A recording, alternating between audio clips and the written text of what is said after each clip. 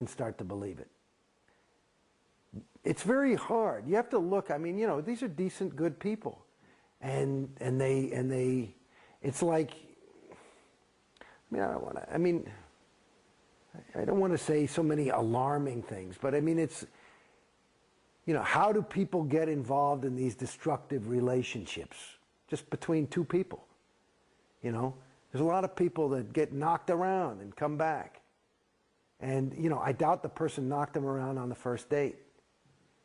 And it's,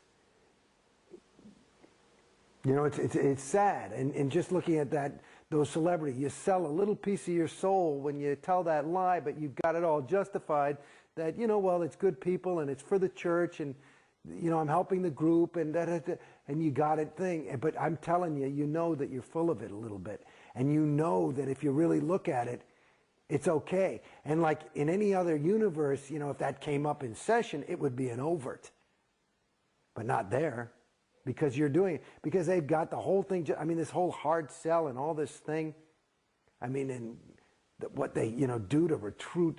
Shit, actors is one thing. What about the little children they get into the Sea Organization? Billionaire contracts, you know? Yeah, what's your reaction to the Sea Org and the way that Sea Org members are treated as opposed to the celebrity clientele? Are you aware of some of the things that happen to Sea Org members? Well, I mean, I've heard things, and and they seem quite plausible. I have never seen anybody been abused. I've seen people kind of screamed at.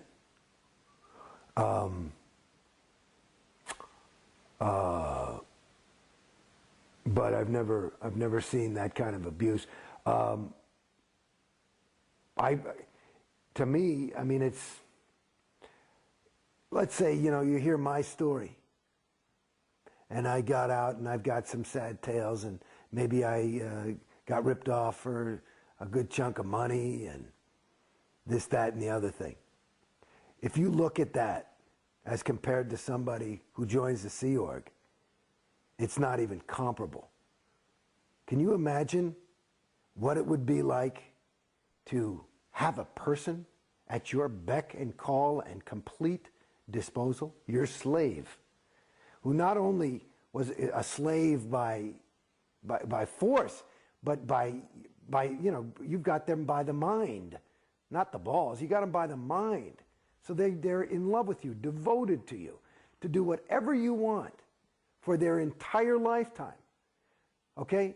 And you can just get them, so they're working, let's say, I mean, just a person working 100 hours probably is what the average Sea Org person works a week. I'd say about 80 to 100 hours a week. What's the minimum wage on that? Is, you know, I mean, it's not even minimum wage shit. I mean, they build the buildings. They do everything. High-tech stuff. I mean, is it worth at least $75,000 a year? So that's it. And then you get that for 50 years, 40 years, because they get them when they're teenagers. You know? And they've also hired a dentist who takes care of their teeth. They've also hired all these kind of things. It's part of their organization. I mean, what is that? That's just millions and millions of dollars worth of free labor. I mean, it's not only that, plus your whole life. And what do they get in exchange? They believe that they're saving this sector of the galaxy. And that's enough for them. And they're the few people who have the ethical fortitude to make that kind of a commitment. What's your reaction to the RPF? Those are the rules of the game. But I mean, to me, what it is more of a way to control. You know, people end up there if they're, I would think, to some degree they feel getting out of control. And so what do? Is you put more control over them until you got them back in control. And whether that's physical abuse or mental abuse or both, it's what it is. When you're in, did you know the ins and outs of RPF, where families would be split up and people couldn't communicate for months or even years? No, they don't talk about that much. I mean, as I got older, I mean, when I was in a little bit longer and spent more time, you know, at the upper organizations like Gold, I would hear about things like that and find out. But they try to keep that stuff away from everybody, especially celebrities, because it indicates, you know, the company line is that the Sea Org is made up of OTs. It's a group of OTs, okay? So for these people to fail, it's meaning that OTs are failing. And it's kind of like a one-shot clear joining the Sea organization, and you have the EPF, which is the precursor, where you get ready. And that is supposed to, when you're finally posted in the Sea Org, the end phenomenon of the EPF, which is called the Estates Project Force, which is basically where you run around and do a lot of physical labor and take a couple of courses. The end phenomenon of that is supposed to be an OT. And which is interesting to me. I've many times blown my stack when I had to get in touch with somebody at Flag. I had to call the president, and of course they've got a new person answering the telephone at Flag. And of course Scientology touts itself as the cutting edge in communication, whereas they have somebody answering the fucking phone who does not speak English. However, they are an OT. They happen to be an OT from Poland who is now 14 years old and is now the main receptionist for an international fucking hotel. And you call and you say, what the fuck is wrong with this person? Well, they're posted and they should be. It's you got to get that job done. And if their stats are down, I'm sure they're back on the RPF if they hadn't learned to speak English quick enough. And that's not an exaggeration. Insanity. So you didn't know that much about what's going on in the RPF, things like that? No, I learned some things online, but... Yeah.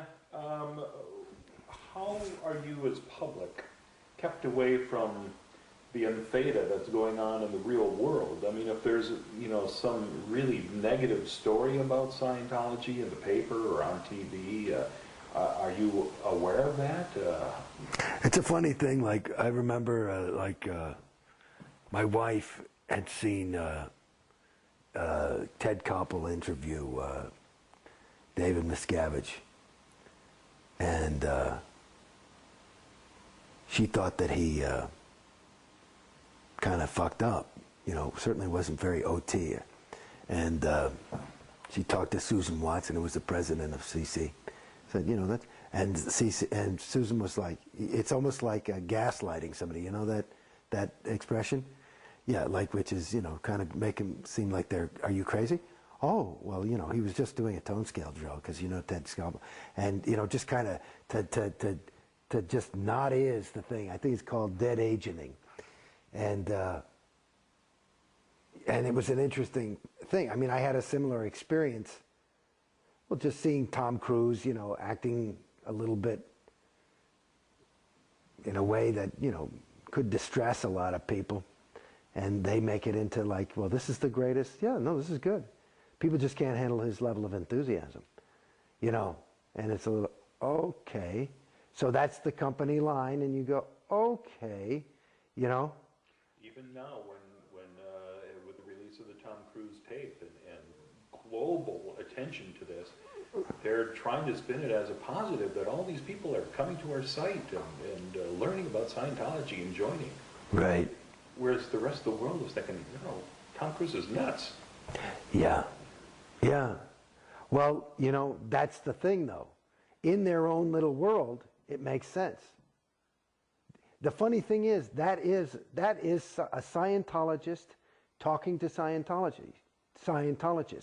I mean, that's Tom Cruise, who's sitting there. I've done these kind of videos, being interviewed, knowing that his audience is people in the audience of an event that's going to be made up completely of Scientologists, and his job is to get some fire under their asses so they can jump out and start behaving more like him.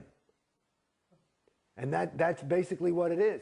So that is in their universe. You could show that I mean, I think that's an unedited tape.